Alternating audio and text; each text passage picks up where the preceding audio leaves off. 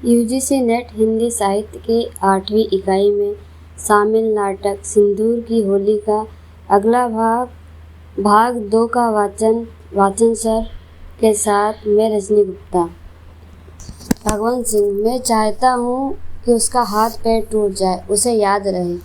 मुरारी लाल, आप कहिए, मैं उसे समझा दूँ, डरा दूँ, धमका दूँ? डर जाएगा, आपके रास्ते में रोड़ा नहीं अटकाएगा। भगवंत सिंह, जी हुजूर। मुरारी लाल, परेशान न होइए, मुझे इतना मौका दीजिए मैं उसे समझा सकूं। भगवंत सिंह, लेकिन हुजूर। मुरारी लाल, क्या हो गया आपको? भगवंत सिंह, अब क्या हो सकता है हुजूर? मुरारी लाल, अरे आप काँप क्यों रहे हैं? तुम्हारे तरह का व्यक्ति तो मेरे देखने में नहीं आता। नाहक उस लड़के की जान लेना चाहते हो।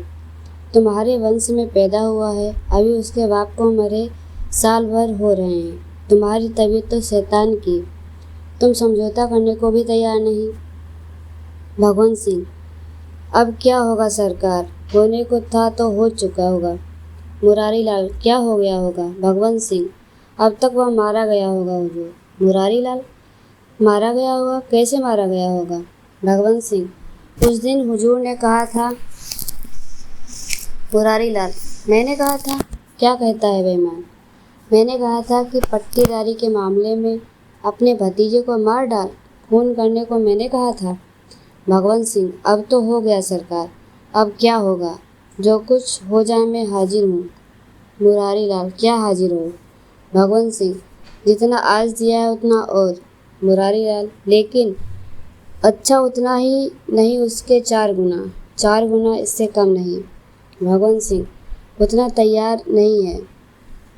मुरारी लाल, उससे कम नहीं। धरती फोड़कर, आकाश छेद कर, जहाँ से हो सके उससे कम नहीं। बस चले जाओ, देखो यहाँ होने ना पाए, उस लड़के को चोट ना लगे। सावधान, बस बस, हो नहीं सकता। मैंने उसी दिन उस अदालत में देखा था। अगर वह मेरा लड़का हुआ होता, उसका वह सुंदर स्वस्थ मुख, उसकी वह रत्नार आंखें, एक बार किसी दिन यहाँ भी आया था। हाँ, याद आ रहा है। नहीं, उठो, चले जाओ, निकल जाओ, उसे चोट न आए। खड़े क्यों हो, जाते क्यों नहीं? भगवंत सिंह, मैं आदमी को कह आया था, अब तक वो मारा गया होगा। मुरारी लाल, ओह, यह दूसरी मृत्यु। दोनों एक दूसरे की ओर देखते हैं। चले जाओ, मोटर से जाओ, और अगर अभी तक वैसा ना हुआ हो, कदाचित ईश्वर उसे बचा ले, फिर नहीं जाता शैतान। माहिर अली, खाना तैयार है हुजूर। मुरारी लाल, कुर्सी पर बैठकर पीछे की ओर सिर झुकाकर माहिर अली, जी हुजूर।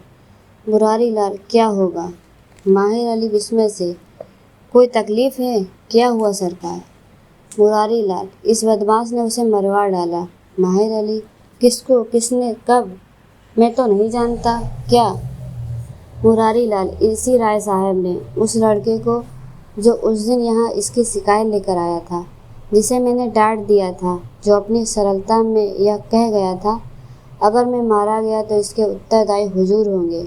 मैं देख रहा हूँ उसने सच कहा था। माहिर अली सन्न होकर, मरवा डाला, अभी गिरफ्तार नहीं किया होगा। राय साहब है ना? हाँ, ऑनरेरी मजिस्ट्रेट। गिरफ्तार नहीं हुआ, होगा भी नहीं। रुपया होना चाहिए, खून छिपा लेना क्या है? उसकी नई औरत और बूढ़ी माँ का क्या होगा सरकार? उनकी ज़िंदगी कैसे बीतेगी? एकाएक फर्श पर बैठ जाता है। मुरारी लाल, यही तो मैं सोच रहा हूँ माहिर अली। मैंने तो आपसे कभी कहा था उसे मरवा डालेगा, तो उसे मरवा कर ही यहाँ आया। मुरारी लाल, उसे मारने के लिए बदमाशों को ठीक कराया है, लेकिन शायद ईश्वर बचा ले। माहिर अली, उसका उस दिन इस शैतान की कार्रवाइयों से घबरा कर साथ ही साथ हंसना और रोना, मुझे तो दोनों नहीं भूल रहा है। कच्ची उम्र में गृहस्थी का बोझा पड़ गया। हुजूर, उस शैतान के साथ उस लड़के का कोई सगा रिश्तेदार था। वह राय साहब से कर्ज ले चुका है। अपने कान से मैंने सुना, उस शैतान के बच्चे को सिखलाते हुए कि कह देना साहब से कि तुम उस लौंडे के नातेदार हो, उसके वालिद के मामू के लड़के हो। तुम्हारा एतबार साहब को होगा। मुरारी लाल, जरूर ऐसी बात थी। उसके चेहरे से शैतानी टपक रही थी और मालूम होता है उसकी भी राय से वह मारा गया होगा। मनुष्य का स्वार्थ, इसके लिए आदमी क्या नहीं कर डालता। कमीज का आस्तीन समेटकर, इधर देखो, मेरे रोए फूट आए हैं, जैसे सिर में चक्कर आ रहा है। क्या समझते हो, अगर वह मारा गया तो उसमें मेरी वजह? माहिर अली, मैंने पहले कहा था, अब वह आपकी वजह से मारा गया होगा। कानून के डर से इस बेईमान की हिम्मत इतनी नहीं होती। मुरारी लाल, संभल कर, मेरी वजह से नहीं माहिर। संसार में बुराई भलाई का भाव अब नहीं है। आज इसने 10,000 दिया है, 10 रुपया देकर या गवाहों को बिगाड़ देता है। 1,000 भी नहीं खर्च होता और यह छूट जाता। आजकल का कानून ही ऐसा है। उसमें सज़ा उसको नहीं दी जाती जो अपराध करता है। सज़ा तो केवल उसकी होती है जो अपराध छिपाता है नहीं है। बस यही कानून है। आज यह मुझसे कबूल कर गया कि उसके मरवाने का इंतजाम यह कर आया है। अगर वह मारा गया और मैं चाहूँ भी कि इसे सज़ा दूँ तो सबूत नहीं मिलेगा। ऐसी हालत में मेरी तबीयत, मेरी अंतरात्मा कहेगी इसे दंड देने के लिए और कानून कहेगा छोड़ देने के लिए। मुझे भी मजबूर होकर कानून की बात माननी पड़ेगी और वह छूट जाएगा। हम लोग मनुष्य और उसके अधिकार की रक्षा के लिए कुर्सी पर नहीं बैठते हैं। हम लोगों का तो काम है केवल कानून की रक्षा करना। यही बुराई है और इसीलिए यह सब हो रहा है। उससे रुपया लेकर मैंने कोई बुराई नहीं की। इसी तरह 5 बार देना पड़ जाएगा, उसकी गर्मी स्वतः शांत हो जाएगी। चंद्रकला को भेजना तो माहिर अली, लेकिन खाना तो तैयार है। मुरारी लाल, आज मैं भोजन नहीं करूँगा, मुझे इस बात का रंज है। क्या देख रहे हो, जाओ। इस तरह आज उपवास कर जाने से मुझे संतोष होगा। अधिक से अधिक यही सहानुभूति मैं उसके साथ दिखला सकता हूँ। माहिर अली का प्रस्थान। मुरारी लाल दीवार की अलमारी खोलकर एक पुस्तक निकालता है। चंद्रकला कमरे के चारों ओर देखकर, कहाँ है चंद्रकला? इस ओर से गोल कमरे की ओर बढ़ती है और माहिर अली दूसरी ओर से गोल कमरे की ओर आता है। माहिर अली, नहीं, उन्हें अफसोस हो रहा है। चंद्रकला धीमे स्वर में गाने लगती है। अब के सोचे ना बनेगा, मालिक सीताराम हूँ। माहिर अली, आपको तो गाना। चंद्रकला जैसे गुनगुना कर, मेरे मन में आया था कि बाबूजी से कह दूं कि वह बेचारा झूठ नहीं बिल्कुल सच कह रहा है। उसका हंसकर उनसे बातें करना उठकर चले गया तो जैसे यह कमरा सूना हो गया। गंभीर होकर, यदि मैं पुरुष होती तब तो। माहिर अली की ओर ध्यान से देखती हुई, हाँ, अगर मैं मर्द होती तो ज़रूर कह देती और देखती कि किस तरह यह कमीना राय साहब राक्षस की तरह वह दुष्ट देखता है। देखो तो बाहर। माहिर अली का प्रस्थान। मनोरमा, लो, यह भी बन गया। चंद्रकला चौंक कर, बन गया आज ही? मनोरमा, देखो, इसलिए ना तुम मुझे अनंत काल तक रोकना चाहती थी। चंद्रकला, लेकिन अब तो व्यर्थ है, अब तो वो शायद संसार में ही न रहा होगा। मनोरमा, अरे क्या कह रही हो? चंद्रकला, उस दुष्ट राय साहब ने उसे मरवा डाला। मनोरमा स्थिर आंखों के सामने दीवार की ओर देखती है। मरवा डाला? उसकी मुस्कुराहट, उसकी हंसी पर उसे दया नहीं आई। अरे, अभी तो वह फूल खिला भी न था। उसने भी कोई अपराध किया होगा, उससे भी किसी का अपकार हो सकता है। चित्र की ओर देखते हुए, नहीं जी नहीं, तुमने कहाँ सुना? चंद्रकला, कहाँ बताऊँ, उसने बाबूजी से स्वयं स्वीकार किया और उसी के लिए 10,000 रुपया दे गया है। मनोरमा गंभीर होकर, अच्छा, तो उसका मूल्य केवल 10,000? मैंने ही उसे उस दिन अमूल्य समझ लिया और इसलिए निष्प्रयोजन यह चित्र बनाने लगी, केवल अपनी कला की परीक्षा के लिए, कला के अमूल्य के लिए। संसार में जगह नहीं, तो अब इसे क्या करूं? चंद्रकला, मुझे दे दो या अपने पास रखो। मनोरमा, अपने पास? यह आग, और तुम्हारे पास भी नहीं, तुम क्या करोगी? चंद्रकला, तब क्या होगा? मनोरमा, माहिर ने कहा कुछ सोचकर, उसका विवाह हो गया है ना? चंद्रकला, हाँ, लेकिन उसका विवाह नहीं होना चाहिए था। मनोरमा, तो इस तरह तो मेरा भी विवाह नहीं होना चाहिए। चंद्रकला, इसमें क्या संदेह है? मनोरमा, लेकिन मेरे लिए तो संदेह है। 8 वर्ष की थी तभी शादी हुई, 2 वर्ष के बाद ही वह मर गया। तब से इधर 8 वर्ष बीत गया। एकाएक चुप होकर चित्र ध्यान से देखती है। चंद्रकला, तुम्हें अपने विधवा होने का दुख नहीं है? मनोरमा विस्मय के स्वर में, दुख? जिस वस्तु का अनुभव हुआ ही नहीं उसके अभाव का दुख क्या? चंद्रकला, तुम कह क्या रही हो? मनोरमा में चुप होकर सोचने लगती है। चंद्रकला, हाँ हाँ, तुमने मुझे स्तंभित कर दिया। मनोरमा मुस्कुराकर, संसार तो ईश्वरमय है, फिर माया है कहाँ? चंद्रकला, लेकिन ईश्वर और माया की बात कहाँ से आ पड़ी? बात तो यह चित्र की हो रही थी। मनोरमा, यह चित्र किसी प्रकार उसकी स्त्री के पास भेज देना चाहिए। चंद्रकला, लेकिन वह क्या करेगी अगर वह अशिक्षित हो, उसके भीतर कला की भावना ना हो? मनोरमा, कला की भावना किसके भीतर नहीं होती? शिक्षा और कला का कुछ संबंध नहीं है। कला का आधार तो है विश्वास और शिक्षा का संदेह। इन दोनों को एक ही साथ रख देना, 2 शत्रुओं को बांध देना है, समुद्र में फेंक देना है। यह काम माहिर से हो सकेगा। किसी तरह यह चित्र उसकी स्त्री के पास भिजवा दो। चंद्रकला, खूब कह रही हो। चित्र बनवाया मैंने और भेज दूँ उसके पास? मनोरमा, दान कर दो अपनी तरफ से, उसकी उसे ज़रूरत होगी। चंद्रकला, दूसरा बना दो। मनोरमा, लेकिन वह कैसे होगा? चंद्रकला, क्यों नहीं होगा? इसे भी तो तुम्ही ने बनाया है। मनोरमा, लेकिन इसका आधार तो साकार था, निराकार तो कला की वस्तु नहीं है ना? चंद्रकला, चित्र की ओर संकेत कर, इसी को देखकर। मनोरमा, लेकिन तो फिर वह चित्र न होकर फोटो हो जाएगा, यही भेज दो। चंद्रकला, तुम तो हट कर रही हो, इसका उपयोग वह किस रूप में करेगी? मनोरमा गंभीर होकर उसकी ओर एकटक देखती हुई, दिन को इसकी पूजा करेगी और रात को अपने हृदय पर रख सो रहेगी। चंद्रकला, ओह, तुम्हारा व्यंग बड़ा निष्ठुर होता है। तुम्हारा हृदय इतना सूखा है, ना मालूम उसमें कला की भावना कैसे जाग पड़ी। मनोरमा, इसका मतलब कि कीचड़ में कमल नहीं उगना चाहिए, लेकिन जो स्वभाव है वह कमल ताल के कीचड़ में उगेगा, लेकिन गंगा की बालू में नहीं। यही तो लोग नहीं समझ सकते।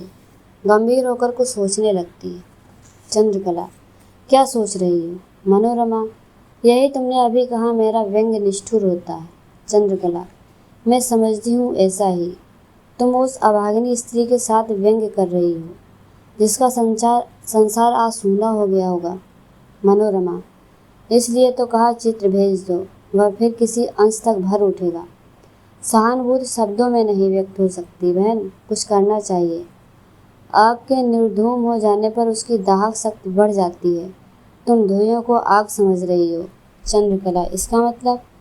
मनोरमा, यही कि तुम्हें उसके दुर्भाग्य का दुख है, लेकिन तुम उसके लिए इतना त्याग भी नहीं कर सकती।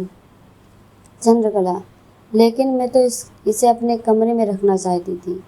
उस दिन की स्मृति में उसका वह हंसना, उसकी रत्नार आंखें, लंबी लंबी उसका वह उभरा हुआ मस्तक और उस पर काले बालों की 2-4 लटें। पल भर में उसकी नज़र कमरे में चारों ओर दौड़ गई। उसका हंसना तो जैसे एक साथ जूही की असंख्य फूलों का बरस जाना था। मनोरमा, तुम्हारा यह शब्द चित्र तो मेरे इस रेखा चित्र से बढ़ जाता है। चंद्रकला, सो कैसे? मनोरमा, जूही के फूलों की वर्षा तो मैं नहीं दिखा सकी। चंद्रकला, लेकिन मेरा चित्र कल्पना को जगा नहीं सकता और तुम्हारा तो उसे सहस्रमुखी कर देता है। मनोरमा, मेरा? चंद्रकला, हाँ, चित्र इतना सजीव मालूम होता है जैसे अभी हंस पड़ता है। एक दिन के लिए, घड़ी भर के लिए यहाँ क्यों आया, जब इसी तरह चले जाना था?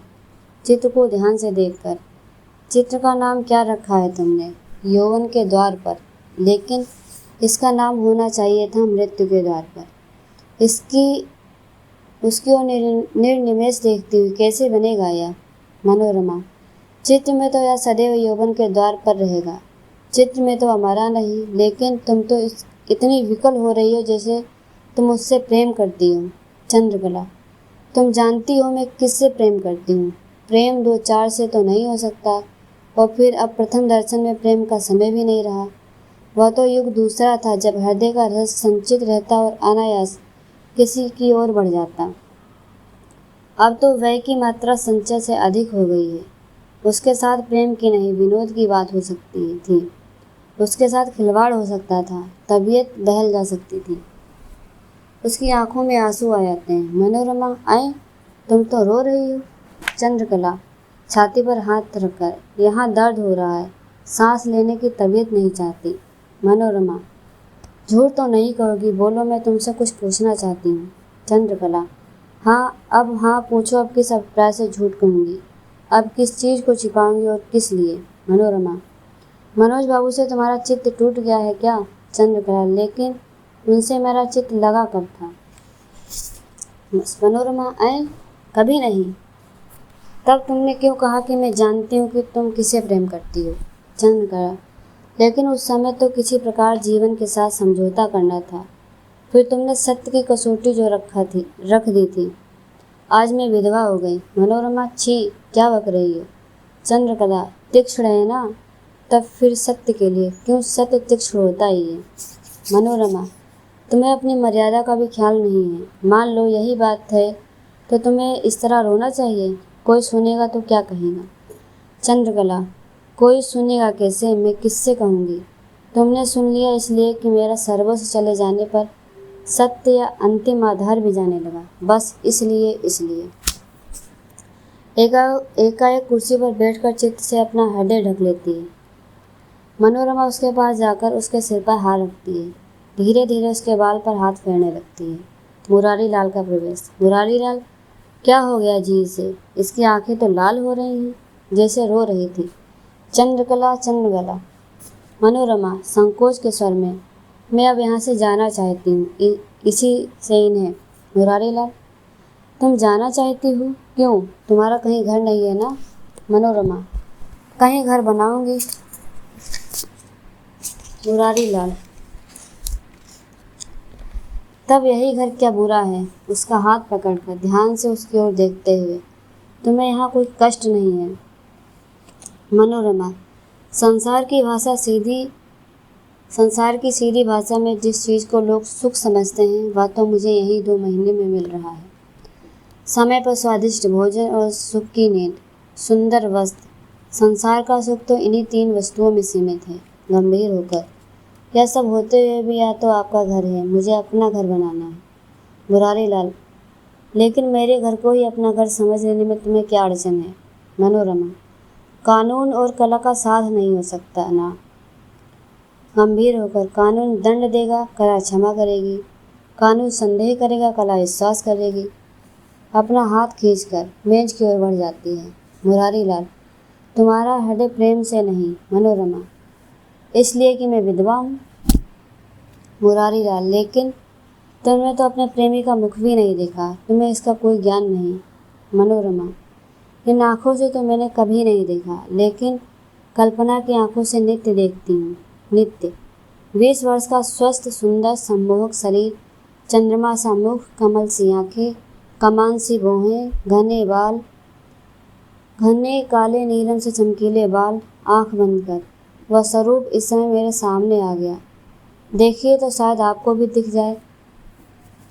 मुरारी लाल अन्य मनस्क होकर, मुझे तो देख पड़ रहा है यह चित्र, यही तो नहीं, अरे यह तो रजनीकांत का चित्र है, उस लड़के का। ओफ। मनोरमा चित्र की ओर देखते हुए, अच्छा नहीं बना क्या। मुरारी लाल बिल्कुल वैसा है जैसा वह था, वैसा ही। यह चित्र तुमने क्यों बनाया, किस लाभ से। मनोरमा की ओर देखता है, इस चित्र से तुमने क्या फ़ायदा। मनोरमा कला की साधना अपने लाभ के विचार से नहीं होती। गुलाब खिल रहा था, बसंत आ रहा था। आधी रात को पूर्णमासी का चंद्रमा रात की ओर बढ़ रहा था। उसे देखकर मेरी कल्पना और भावना उत्तेजित हो उठी। मैंने उसका चित्र बना दिया। मुरारी लाल तुम भी एक समस्या हो। मनोरमा यह आपको कैसे मालूम। मुरारी लाल इसलिए कि मैं तुम्हें समझ नहीं पाता। मनोरमा लेकिन आप इसकी कोशिश क्यों करते हो। मुरारी लाल तो क्या ना करूं। मनोरमा हरगिज नहीं। आप ही सोचिए, दूसरों के दंड की व्यवस्था तो आप करते हैं, आपके दंड की व्यवस्था कौन करेगा? और यह उचित भी नहीं। कई दिनों से आप इस तरह का संकेत कर रहे हैं। आप अपनी मर्यादा भूल रहे हैं। मैं विधवा हूँ। मेरे पास परिहास का कोई अर्थ नहीं। मुरारीलाल, मैं तो इसे केवल परिहास नहीं सत्य बनाना चाहता था। मनोरमा, सत्य का बना लेना इतना सरल होता तो फिर संसार से झूठ का नाम निकल जाता, या कम से कम शराबी की शराब, हत्यारे की हत्या, चोर की चोरी, या सब कुछ सत्य उठता। इन चीज़ों की बुराई निकल जाती। मुरारीलाल, अच्छा तो तुम कहाँ जाओगी? मैं तुम्हें रोकना नहीं चाहता, तुम जा सकती हो। मनोरमा मुस्कुराकर, सत्य का सूत कच्चा था, कितनी जल्दी टूट गया। सिर हिलाकर, आप मुझे रोकेंगे क्यों? मुरारीलाल कड़े स्वर में, मैं तुमको बुलाने भी नहीं गया था। मनोरमा, आपकी लड़की ने मुझे बुलाया था चित्रकला सीखने के लिए। मैं यहाँ मजदूरी करने आई थी। इसमें आपकी कोई बड़ी अनुकंपा नहीं है, और अगर यह आपकी इच्छा हो तो मैं स्वीकार कर लूँगी कि मैं आपके यहाँ सम्मान के साथ रही। इसके लिए मैं आपकी कृतज्ञ हूँ।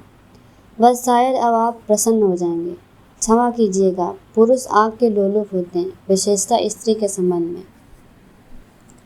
मृत्युशैया पर भी सुंदर स्त्री इनके लिए सबसे बड़े लोभ की चीज़ हो जाती है।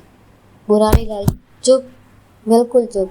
मनोरमा, भय की बात तो मैंने सीखी नहीं। लाल आँखों का असर अगर मेरे मन पर कुछ भी पड़ता तो अब तक तो मैं कब की खो बैठती अपना चरित्र, और अब तक नरक की सबसे निचली सतह में पहुंच गई होती। एक चित्र मैंने आपका बनाया है, एक चित्रकला का, एक मनोज बाबू का, चौथा चित्र यह है। चित्र उठाकर, 3 चित्र आप लोग ले लीजिए, इसे मैं ले जाऊंगी। मुरारीलाल, पता नहीं रजनीकांत की इस समय क्या दशा होगी, जीता होगा या मर गया होगा। मनोरमा, मेरे लिए क्या, घड़ी भर के लिए यहाँ आकर मेरी कला को जगा गया। इतना सुंदर चित्र अब तक मेरी कला से नहीं बना। यही मेरा अंतिम चित्र होगा। मुरारीलाल, अंतिम क्यों? मनोरमा, मैं ऋषिकेश जाऊंगी, रंग और कलम गंगा में फेंक कर माला लूंगी।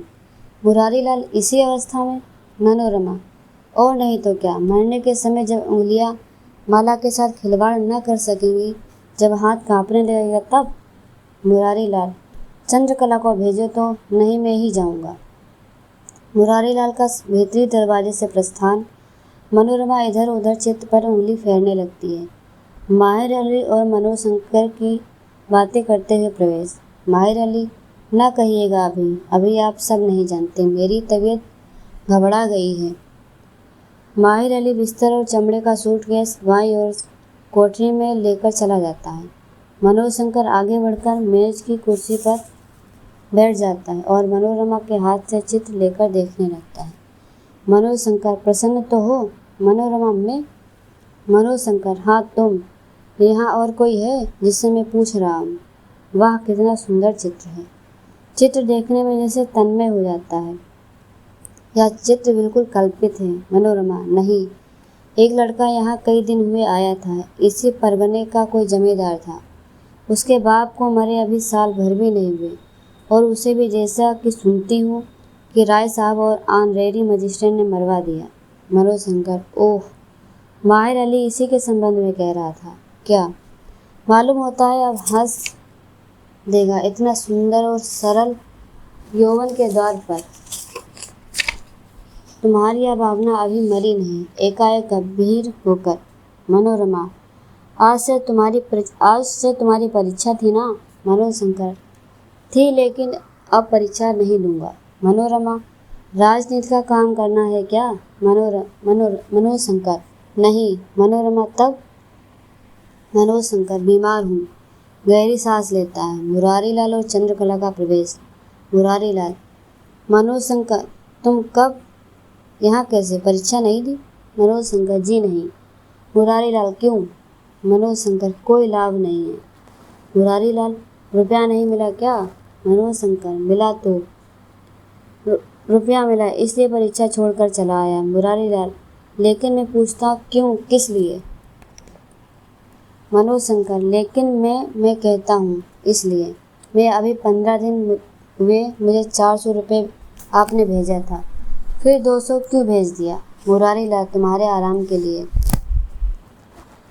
मनोशंकर, आपको केवल 600 रुपया वेतन मिलता है और 600 आपने मुझे भेज दिया। घर का काम कैसे चलेगा? मुरारीलाल, इसकी चिंता तुम्हें क्यों हो?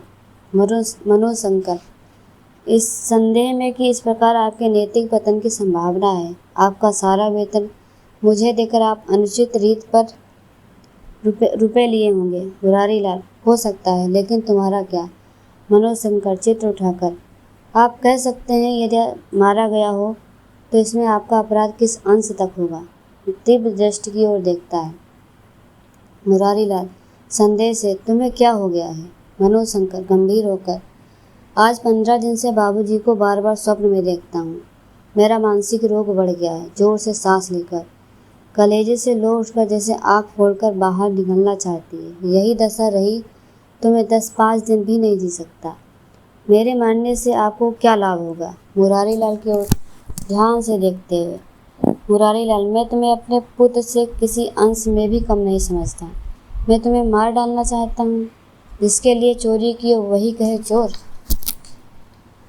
मनोशंकर, 10 वर्ष का समय निकल गया। आप रुपए के बल पर मुझे विनोद और ऐश्वर्य में अंधा बना देना चाहते हैं, जिससे मैं आपसे ना पूछूं कि उन्होंने आत्महत्या क्यों की, बाबूजी ने आत्महत्या क्यों की। ज्यों-ज्यों समय बीतता जा रहा है यह रहस्य मुझसे दूर होता चला जा रहा है, लेकिन मेरे मन में, मेरी अंतरात्मा में जो आग लगी है वह कितनी दारुण है, आप उसे देखना नहीं चाहते। इस तरह कब तक मेरा प्राण बचेगा? मुरारीलाल, ए रजनीकांत, अंत में हो गया, मरवा ही डाला उसे बदमाश ने। चंद्रकला, आह, अब वो मुस्कुराहट। माहिर अली, मार डाला बदमाशों ने, हड्डियाँ टूट गईं। मुरारीलाल झुककर रजनीकांत की ओर देखने लगता।